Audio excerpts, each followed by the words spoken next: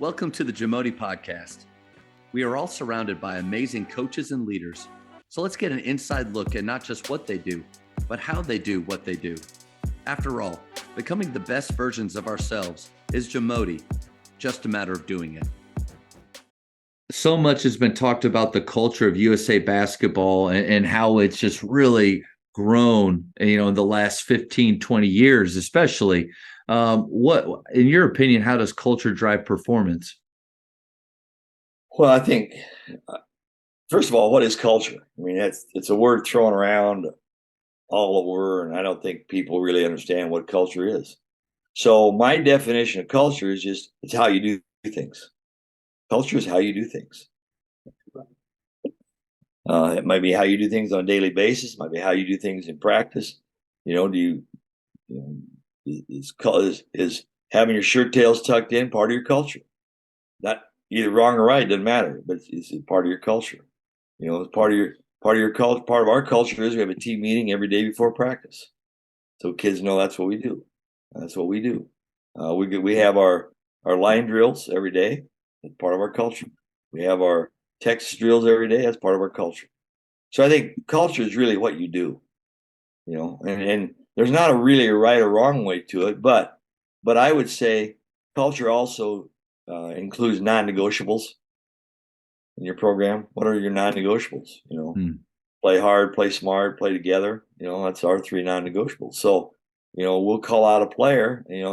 That's listed in our standards. We have a list of 15 standards, which Coach K came up with for his Olympic team. We may change them a little bit change them a lot for our nine-year-old team. We have maybe 5 standards.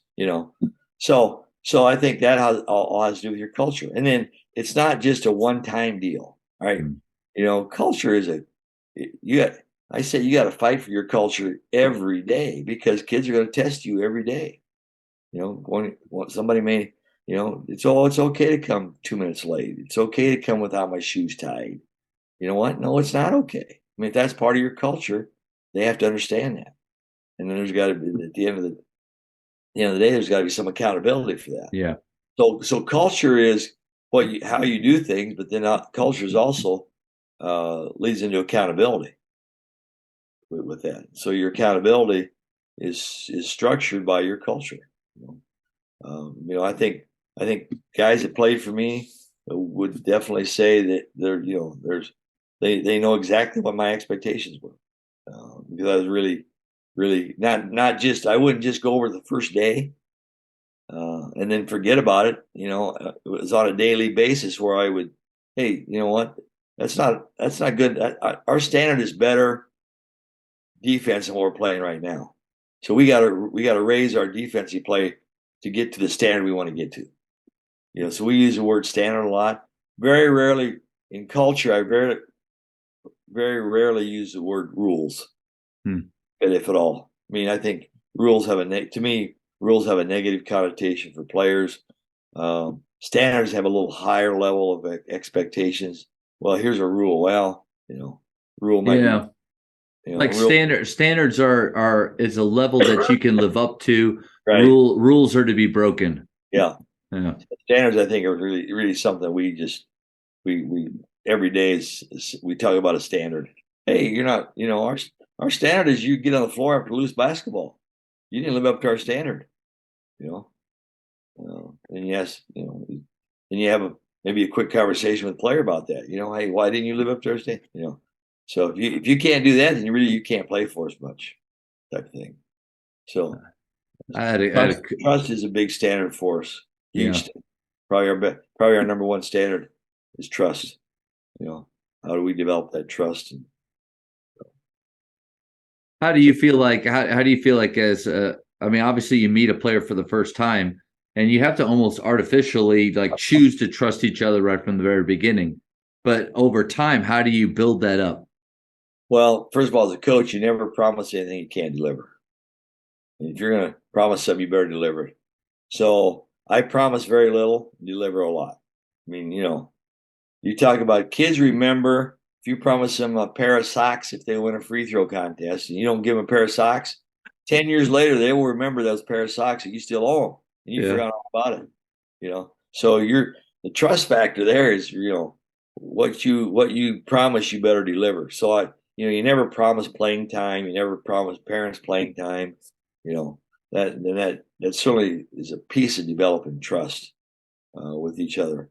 And I think you develop trust on a daily basis with practice sessions, and trust goes between players and players, and trust goes between players and coaches. So I got to be able to trust my teammate, but I also got to be able to trust my coaches or players. So there's a lot of different aspects of that trust. And I see it in my 9-year-old team when I coach them. Hey, how come you didn't pass the ball to Johnny? He's wide open. You know, is it because you didn't think he's going to make the shot? Probably. Well, you got to trust him. Yeah. So those are kind of things that I think that you develop even at a young age. That trust factor. I had a coach say on here that culture is our number one job, and that word, it kind of bugs me. Like, it's hard to say it. I like standards more. I like standards or pillars, just the way that we show up. I had another coach that he had just retired. He'd been at the same school for 31 years. I asked him that question. He's like, 20 years ago, we never used that word. We all had one, but it just wasn't out there. And so, but that a coach said culture is our number one job. It's more important than X's and O's, because I got to imagine that if it's in a bad place, it doesn't really matter what you're trying to run.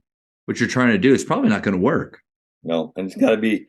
It can't be in a bad place for one of your players. I mean, you got everybody on board. Well, I just say you got to fight for your culture every day. Yeah, every day you got to fight for your culture, and and it's really, and to me, culture is just how you do things.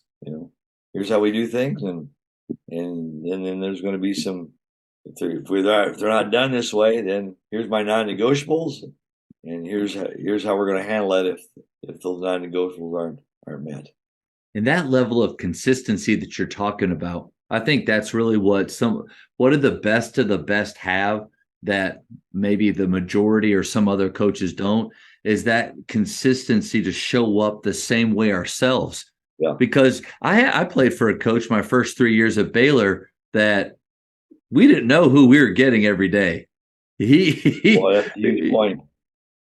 And I say, coaches, you got to be the same. If you have a big win or a tough loss, that next day in practice, you got to be the same guy. Yeah. Because, you can't let things slide because you just had a big win. If a guy doesn't live up to one of your standards, then you got to call him out on it regardless. Or if you've had a tough loss, you can't be, harder on him because you had a tough loss. I think to build that trust factor in the players, you got to be the same guy. Here's my practice. Here, we're going to get better today. I don't care what happened yesterday. We can't do anything about that yesterday. I shouldn't say don't care, because, and I found out a long time ago, and I'm sure you did the same thing. Losses stay with coaches a lot longer than they stay with players. No doubt. Players, 10 minutes after that game, whether they're seeing their girlfriend and they don't, losses don't mean quite as much. And you know what? That's okay. They're kids and they got their lives learned. It's kind of like, hey, give me these 2 hours, and after that, you do what you want to do, but give me these 2 hours. Coach, this year, I don't know. You might appreciate this, but this year I did away with post-game talks. Yeah. No matter what, if we're on the road or at home, no matter the outcome, except for one game when we did, it was just a rivalry game. We wanted to celebrate a little bit more together. We did go in, but we go to half court. I loved watching you play. I take care of that phrase. Yeah. We talk about cleaning up the gym. We pray and we get out. Yeah. They want to go eat pizza. They want to get away from me, and win or lose, and vice versa sometimes. So, but by doing that, I don't ever have to worry about regretting the words that I said based on things that I thought I saw. Yeah, exactly. Great point. And to go along with that, I have added. I do one thing after every game is I call it we celebrate somebody.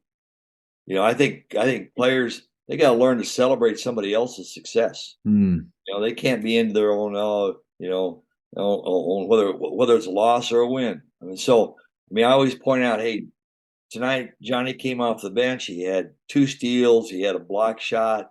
Those kind of. I said we should all be happy with what Johnny did for us. So you know what? Johnny goes home and tells his mom and dad, you know what? Coach said this too. So even though his parents would think he should have played more, Johnny's pretty happy with because we're celebrating what he did. Well, if he likes you so much, why did he put you in more? I mean, exactly. Yeah, I know. That's a whole other. I'm not going to get into that. Don't touch that one. We've already been going for an hour and 15 minutes. We don't have 8 more hours to talk. Right. But no, I love that point. You're right on the money about the getting them to celebrate each other. The beauty of it is they stop thinking about themselves. Yeah. And they just, I wrote something down on my board. It's the Lubbock Christian University women's coach. Their tagline is, "You're not that important." And obviously directing that in a healthy way, because we're every player we have is important. They all have value, right? But to the team, sure. I love that nugget. Yeah. Thank you for checking out today's episode. Please take a moment to subscribe to this podcast, share it with your fellow coaches, and find us on social media for what's coming up next on the JAMODI podcast. It's just a matter of doing it.